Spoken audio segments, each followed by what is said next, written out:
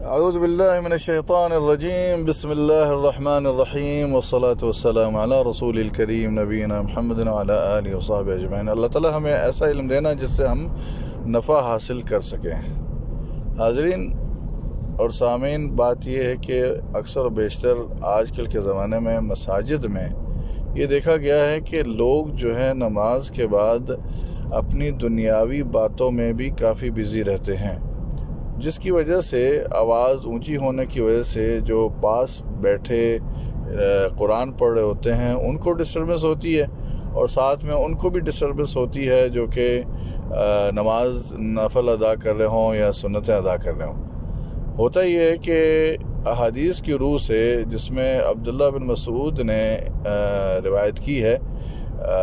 اس میں یہ کہا گیا کہ حضور صلی اللہ علیہ وسلم نے فرمایا کہ ایسا وقت آئے گا جب لوگ مساجد میں اپنے دنیاوی چیزوں کے بارے میں باتیں کرنا شروع ہو جائیں گے، اور ان کے زیادہ تر کام نماز کے بعد یا امامت اور اقامت اور اذان کے درمیان وہ دنیاوی باتوں کے حوالے سے ہی رہ جائیں گے۔ تو ایسے لوگوں سے آپ، اور ایسے وقت سے آپ، یا ان لوگوں سے اجتناب کریں یا ان سے پرہیز کریں، ان سے دور رہیں، تاکہ آپ کے نماز میں اور آپ کی عبادت میں اور اللہ کے احکامات کی خلاف ورزی میں کوئی ایسی چیز نہ ہو آپ کی طرف سے۔ اب یہ ظاہر ہے کہ حضور صلی اللہ علیہ وسلم نے کہا ہے، اور حدیث میں متفقن علیہ ہے، ساتھ میں یہ بھی کہا گیا ہے کہ جب کوئی نماز پڑھ رہا ہو تو آپ اس کے سامنے اونچی آواز سے قرآن بھی نہیں پڑھ سکتے تاکہ اس کو ڈسٹربنس نہ ہو۔ یہ چیز ظاہر ہے کہ اگر ہم اپنے ڈیلی لائف میں دیکھتے ہیں اور ایسے کچھ معاملات نظر آتے ہیں تو ہمیں ان سے اجتناب کرنا چاہیے۔ اس کے علاوہ جو مصلین یا نمازی ہیں ان کو بھی تکلیف پہنچانا صحیح نہیں ہے، اخلاقی طور پر بھی یہ معاملات ٹھیک نہیں ہیں۔ جہاں آپ اللہ کے گھر میں، جہاں آپ مہمان ہیں اور آپ نے اللہ کے بتائے ہوئے احکامات پر اس مسجد کی جو حرمت ہے اور مسجد کے جو آداب ہیں اس کو برابر لانا ہے، تو اگر آپ ایسا نہیں کرتے تو ظاہر ہے کہ ایک تو آپ خود بھی حدیث کی روح سے ایک مکروہ کام کر رہے ہیں جس سے منع فرمایا گیا ہے، اور ساتھ ساتھ میں دوسروں کو بھی نقصان پہنچا رہے ہیں۔ اس کی ایک اور مثال میں ایسے بھی دیتا ہوں کہ جب دنیاوی معاملات کے لیے آپ کے نماز کے دوران میں موبائل کی بیل بجتی ہے تو بہت سارے لوگ جو ہیں وہ ڈسٹرب ہوتے ہیں۔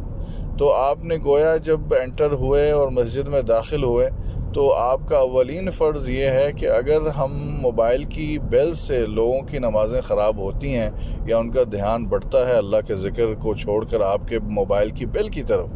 تو اس کا مطلب سب سے پہلے جیسے آپ جوتا اتارتے ہیں مسجد میں داخل ہونے کے لیے، آپ کو فوراً موبائل بھی آف کر دینا چاہیے جوتا اتارتے ساتھ ہی، یا پھر ایسا سافٹ ویئر اپلوڈ کریں جو آج کل نماز کے بارے میں آتا ہے، صلاتی، نسکی وغیرہ کے اس طرح۔ اس کو بھی میں کوشش کروں گا کہ آپ نے دیکھا ہوگا، وہ شیئر ہے تقریباً میرے چینل میں، اس کو بھی دیکھیے گا۔ لیکن یہ تو میں نے صرف آپ کو ایک مثال دی ہے، آپ ضرور کوشش کریں کہ نماز کے بعد اس ممنوع امر یا اس معاملے کو جو حضرت صلی اللہ علیہ وسلم نے منع فرمایا اس سے لازمی دور رہیں۔ ہاں، مسجد میں دنیاوی معاملات میں جو ہلکی پھلکی جو اللہ تعالیٰ کے رسول صلی اللہ علیہ وسلم نے ہمیں اجازت دی ہے، وہ یہ ہے کہ آپ کا کوئی نمازی ایسا ہے جو غائب ہے، آپ اس کے بارے میں پوچھ رہے ہیں، کوئی بیمار ہے وہ نہیں آ رہا ہے، یا ہلکی پھلکی ایسی کہ بچوں کا کیا حال چال ہے، یا کسی کے حالات وغیرہ کوئی اپنا بتا رہا ہوتا ہے اپنے دوست کو، یہ ایسے جائز ہیں بہت ہلکے لیول کے۔ لیکن آپ اپنے ٹاپک کھول لیں، تجارتوں کے ٹاپک کھول لیں، آپ کے ساتھ فلاں نے ایسے کر دیا، فلاں کی چغلی ہوگی، فلاں کی غیبت ہوگی، ایک برائیاں بھی شروع، اور ساتھ ساتھ میں تجارتی باتیں بھی، اور فلاں نفع ہو گیا۔ آج کل دیکھا گیا ہے کہ مساجد میں ایون کہ جب جنازے کی نماز بھی ہوتی ہے تو لوگ نماز جنازہ پڑھنے کے لیے آئے ہیں تو اس کے بعد فوراً ایک دوسرے کے بارے میں اور حال احوال اور تجارتیں اور کام دھندوں کی باتیں شروع ہو جاتی ہیں۔ یہ بالکل بھی اخلاقیات کے دائرے میں رہنے والی چیزیں نہیں ہیں، اور ہمیں ان چیزوں سے اجتناب کرنا چاہیے۔ امید ہے کہ آپ کو یہ بات بالکل کلیئر سمجھ میں آئی ہوگی، اور ایسے کسی بھی گروہ سے یا ایسے کسی بھی لوگوں سے جہاں آپ دیکھیں کہ وہ اس طرف ان کا رجحان ہونے لگا ہے، مسجد میں یہ باتیں شروع ہونے لگی ہیں، تو آپ سیدھا حضرت قرآن پاک کی آیت کے مطابق وَإِذَا خَاطَبَهُمُ الْجَاهِلُونَ قَالُوا سَلَامًا، جہل جو ہے، جاہلون ایک ان پڑھ کے معنوں میں آتا ہے، لیکن یہ اس معاملے میں بھی آتا ہے سافٹ طریقے سے کہ جن کو علم نہیں ہے، جاہل جو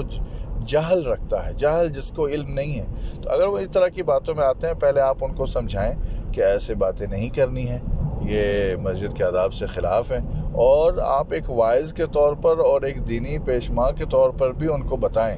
اور انفارم کریں۔ یہ بہترین طریقہ ہے۔ اس کے باوجود بھی کوئی سمجھ نہیں رہا ہے، یہ بات نہیں مان رہا ہے، تو آپ نے اپنا فرض انجام کر دیا، اور آپ لازمی ایسے محفل سے اٹھ جائیں۔ فی امان اللہ، اللہ حافظ۔